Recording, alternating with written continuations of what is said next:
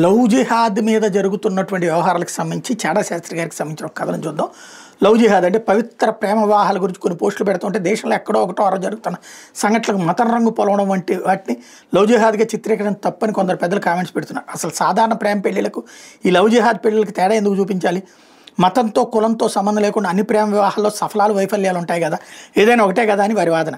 అంటే ఒకే మతంలోనో లేదా ఒకే కులంలోనో లేదా వేర్వేరు కులాల మధ్యనో లేదా వేర్వేరు మతాల మధ్యనో ప్రేమ వివాహాలు జరగడం లేదా, వాటిలో కొన్ని చక్కగా సఫలమై హాయిగా కాపురాలు చేసుకుని జీవితాలు గడుపుతూ ఉంటాయి, కొంత శాతం విఫలం చేద్దడం ఆపై విడాకులు తీసుకోవడం జరుగుతుంది. అటువంటిప్పుడు ఇటువంటి వైఫల్యాలు లవ్ జిహాద్గా చిత్రీకరిస్తూ ఒక వర్గ ప్రజలపై దుష్ప్రచారం జరుగుతుందనేది ఈ పెద్దల లేదా మేధావుల యొక్క వాదన. కానీ ఇటువంటి పవిత్ర ప్రేమ వివాహాలు ఒక నిర్దిష్ట ప్రణాళిక ప్రకారం జరుగుతున్నాయనే అనుమానాలకు జరుగుతున్న పలు సంఘటనలు ఊతమిస్తున్నాయి. సాధారణ ప్రేమ వివాహాలకు వీటికి పెద్ద తేడా ఏంటంటే, లవ్ జిహాద్ పెళ్లిల్లో ముఖ్యంగా ముస్లింలు తమ మత వివరాలు కప్పిబుచ్చి తమకు అంతకుముందు వివాహం జరిగి పిల్లలున్న విషయాలు దాచిపెట్టి హిందూ అబ్బాయిల్లాగా కనిపించేందుకు తమ పేర్లు మార్చుకుని నకిలీ ఆధార్ కార్డు వంటివి తయారు చేసుకుని హిందూ పేర్లతో హిందూ అమ్మాయిలతో లేదా స్త్రీలతో పరిచయం చేసుకుని దొంగతనంగా మోసపూరితంగా లేదా ఆ హిందూ అమ్మాయిల స్త్రీలను లోబొచ్చుకుని పెళ్లి కూడా చేసుకున్నాక ఆ యువకులు తమ నిజమైన మత వివరాలు బయటపెడుతున్నారు.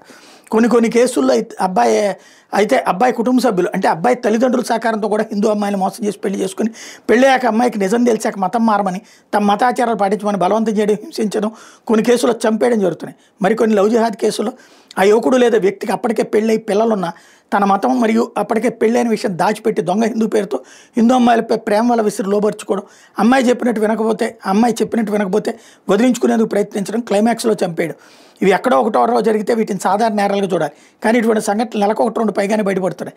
ఇలా బయటికి రాని కేసులు ఎన్నో తెలియదు. హిందూ అబ్బాయిలు ముస్లిం అమ్మాయిలు కూడా ఇలాగే ట్రాప్ చేస్తూ ఉంటే రెండు వైపులా జరుగుతుంది. కాబట్టి ఇది సాధారణంగా సమాజంలో జరుగుతున్న ఒక వికృత పోకడ కింద సరిపెట్టుకుని ఉపేక్షించవచ్చు. కానీ ఇటువంటి అన్ని కేసుల్లో పురుషుడు ఎల్లప్పుడూ ముస్లిమే, స్త్రీ ముస్లిమేతర ముఖ్యంగా హిందూ ఆడుపడుచు మాత్రమే అయితే ఖచ్చితంగా అనుమానించాలి కదా. ఇటువంటి సంఘటనలు తరచుగా జరుగుతున్నాయి. కానీ జాగ్రత్తతో మెలగండి అని హిందూ అమ్మాయిలను హెచ్చరించడానికి పోస్టులు పెడుతుంటే దాన్ని మతోన్మాదం కింద చిత్రీకరించడం ఏ రకం మేధావుతనం. అటువంటి సంఘటనలు ఆధారం చేసుకుని కేరళ స్టోరీ సినిమా వచ్చింది. అయితే ఇటువంటి వార్తలు హిందూ సంస్థల్లో పుకారుగా సమాజంలో వర్గాల మధ్య ద్వేషాలుగా పెంచే కార్యక్రమం కొందరు కాంగ్రెస్ కుటుంబ బానిసలు, ఉదార మేధావులు, వామపక్ష నాయకులు కొట్టిపారేస్తున్నారు. కానీ కొందరు వామపక్ష పార్టీ నాయకులు కూడా వీటిపై గతంలో బాహాటంగానే స్పందించారు. అయితే సిపిఎం పార్టీ వీరి వ్యాఖ్యలు వ్యతిరేకంగా స్పందించి హెచ్చరించి సంరక్షణ చర్యలతో వాళ్ళని భయపెట్టింది. ఆయన 2010లో అప్పుడు కేరళ ముఖ్యమంత్రి మరియు సిపిఎం సీనియర్ నేత విఎస్ అచ్యుతానంద్ ఢిల్లీలో విలేకరులతో మాట్లాడుతూ కేరళలో పిఎఫ్ఐ సంస్థ ప్రస్తుతం బ్యాన్ చేయబడింది. లవ్ జిహాద్ ద్వారా రాష్ట్రంలో జనసంఖ్య పెంచి రాబోయే 20 సంవత్సరాలు కేరళను ఇస్లామీకరణ చేయడానికి ప్రయత్నాలు జరుగుతున్నాయని చెప్పారు. ఇతర మతాల అమ్మాయిలను ఇస్లాంలోకి మార్చడానికి ఉద్దేశపూర్వకంగా వివాహాలు చేసుకుంటున్నారని 2022లో కేరళ సిపిఎం మాజీ ఎమ్మెల్యే ఎం థామస్ ఆరోపించారు. కొన్ని మత్తత్వ శక్తులు కాలేజీ అమ్మాయిలు ఉద్దేశపూర్వకంగా ట్రాప్ చేసి ఉగ్రవాద కార్యక్రమాలు వైపు నడిపిస్తున్నారని చివరికి కేరళ సిపిఎం పార్టీ 2021లో తమ కార్యకర్తలకు పంపిన ఒక నోట్లో చెప్పి అప్రమత్తంగా కూడా హెచ్చరించింది. అంతేకాదు కేరళ చర్చి కూడా తన క్రిస్టియన్ ఆడపిల్లలకు లవ్ జిహాద్ ప్రమాదంపై హెచ్చరించాయి. కొన్ని చర్చిలు తమ అనుబంధ విద్యాలయాల్లో ఆడపిల్లలకు లవ్ జిహాద్ ప్రమాదం తెలియజెప్పడానికి కేరళ స్టోరీ సినిమా ప్రత్యేక ప్రదర్శనలు ఏర్పాటు చేశారు. 2017లో కేరళ హైకోర్టు లవ్ జిహాద్ సంఘటన నిజమైన తీర్పు సమయంలో చెప్పింది. లవ్ జిహాద్పై ఇంత సమాచారం బయటపడుతున్నా హిందూ మేధావుల విషయాన్ని తేలిగ్గా తీసుకుని హిందూ అమ్మాయిల భవిష్యత్ ప్రమాదంలో పడేస్తున్నారు. అసలు ఏదైనా చిన్నదైనా పెద్దదైన సమస్య ఉందని ఎవరైనా అంటే ఉంది అని అనుకుని ఆ దిశగా ఆలోచించి సమస్య ప్రారంభ దశలోని పరిష్కారానికి ఆలోచన చేయొచ్చు. కానీ అసలు సమస్య లేదని తీర్మానించి తేలిగ్గా తీసుకుంటే సమస్య పరిష్కారం చేతుల్లోంచి జారిపోయేటటువంటి అవకాశం ఉంది. అందుకే బహుశా అటువంటి పెద్దలు మేధావుల అనుమాన నివృత్తి కొరకు ఏమో Uttar Pradesh anti terror squad love జిహాద్ ప్రేరేపిస్తున్న ఒక ముఠాని నిన్న శనివారం పట్టుకున్నారు. లవ్ జిహాద్ ద్వారా మత మార్పిడులు కుట్రకు పాల్పడుతున్న ప్రధాన సూత్రధారిగా భావించబడే 70 ఏళ్ల జమాలుద్దీన్ అలియా చెంగూర్ బాబా మరియు అతని భార్యను యూపీ ఏటీఎస్ సోమవారం అరెస్ట్ చేసింది.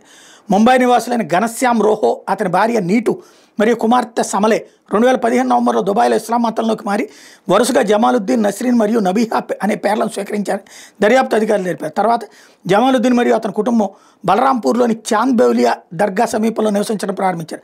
అక్కడ జమాలుద్దీన్ తన సూఫీ సాధు హజరత్ బాబా జమాలుద్దీన్ పీర్ బాబాగా పరిచయం చేసుకున్నాడు. యూపీలోని జిల్లాలో నమోదైన ఎఫ్ఐఆర్ల ప్రకారం ఈ దంపతులు కనీసం 40 మందిని ఇస్లాం మతంలోకి మార్చడానికి ఆకర్షించినట్టు ఆరోపణలు ఉన్నాయి.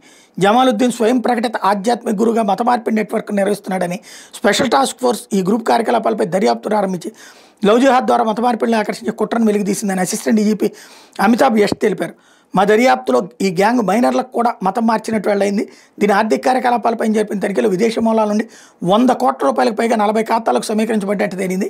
ఇది మత మార్పిళ్లకు నిధులు సమకూర్చడానికి ఉపయోగించబడిందని ఆయన చెప్పారు. ఈ ఆధారంగా ఎస్టీఎఫ్ ఒక కేసు నమోదు చేసింది. దీని ప్రస్తుతం ఏటీఎస్ దర్యాప్తు చేస్తుంది. జమాలుద్దీన్ దాక్కున్న స్థలం నుండి స్వాధీనం చేసుకున్న డైరీలో మతం మార్చడానికి ఆకర్షించగల 100 మందికి పైగా యువతులు, స్త్రీల పేర్లు ఉన్నాయని పోలీసులు తెలిపారు. ఈ కేసు జాతీయ మరియు అంతర్జాతీయ పరిణామాలు కలిగి ఉండడం వల్ల ఎన్ఐఏ మరియు ఈడీలతో కూడిన బౌళ సంస్థల దర్యాప్తును రాష్ట్ర పోలీసులు కోరారు. బలరాంపూర్ నివాసి అరవింద్ కుమార్ ఫిర్యాదు మేరకు జిల్లాలోని మద్పూర్ గ్రామంలో అనుమానాస్పద కార్యక్రమాలు జరుగుతున్నాయని నివేదించడంతో ఈ దర్యాప్తు ప్రారంభమైంది. వీళ్ళు మతం మారినప్పటికీ వాళ్ళ అధికారిక భారతీయ గుర్తింపు పత్రాలు, పాస్పోర్ట్, ఆధార్, పాన్ కార్డులు మరియు ఆస్తి కార్డులు ఇంకా వాళ్ళ హిందూ గుర్తింపుల్ని ప్రతిబింబిస్తున్నాయి. లవ్ జిహాద్ కోసం కుట్ర కోసం జమాలుద్దీన్ గ్యాంగ్ నడిపించాడని, మత మార్పిడి కోసం నిర్దిష్ట ప్రోత్సాహక కూడా ప్రకటించాడని ఏటీఎస్ అధికారి చెప్పారు. లవ్ జిహాద్ ద్వారా మత మార్పిడి చేసే ముస్లిం యువకులకు బ్రాహ్మణ, సిక్కు లేదా క్షత్రియ మహిళలకు ట్రాప్ చేస్తే 15 నుంచి 16 లక్షల రూపాయలు, ఓబీసీల స్త్రీలకు మత మార్పిడి చేస్తే 10 నుంచి 12 లక్షల రూపాయలు, మరి ఇతర కులాలకు చెందిన వాళ్ళని చేస్తే 8 నుంచి 10 లక్షల రూపాయలు నిర్ణయించబడ్డాయని పోలీసు అధికారి చెప్పారు. ఇదిలా ఉంటే జూన్ నెలలో మధ్యప్రదేశ్లోని ఇండోర్లోని ముస్లిం యువకులు తమను లోబర్చుకుని అఘాయిత్యం చేశారని చెప్పి 2 హిందూ మహిళలు పోలీసులు ఫిర్యాదు చేశారు. ఆ 2 నిందితులైన సాహిల్ మరియు అల్తాఫ్ను పోలీసులు విచారిస్తే కాంగ్రెస్ కౌన్సిలర్ అన్వర్ కద్రి తమకు అంటే సాహిల్కు 2 లక్షలు, అల్తాఫ్కు 1 లక్ష ఇచ్చి హిందూ మహిళలను ఆకర్షించి వివాహం చేసుకుని ఇస్లాం మతంలోకి మార్చమని కోరాడని చెప్పారు.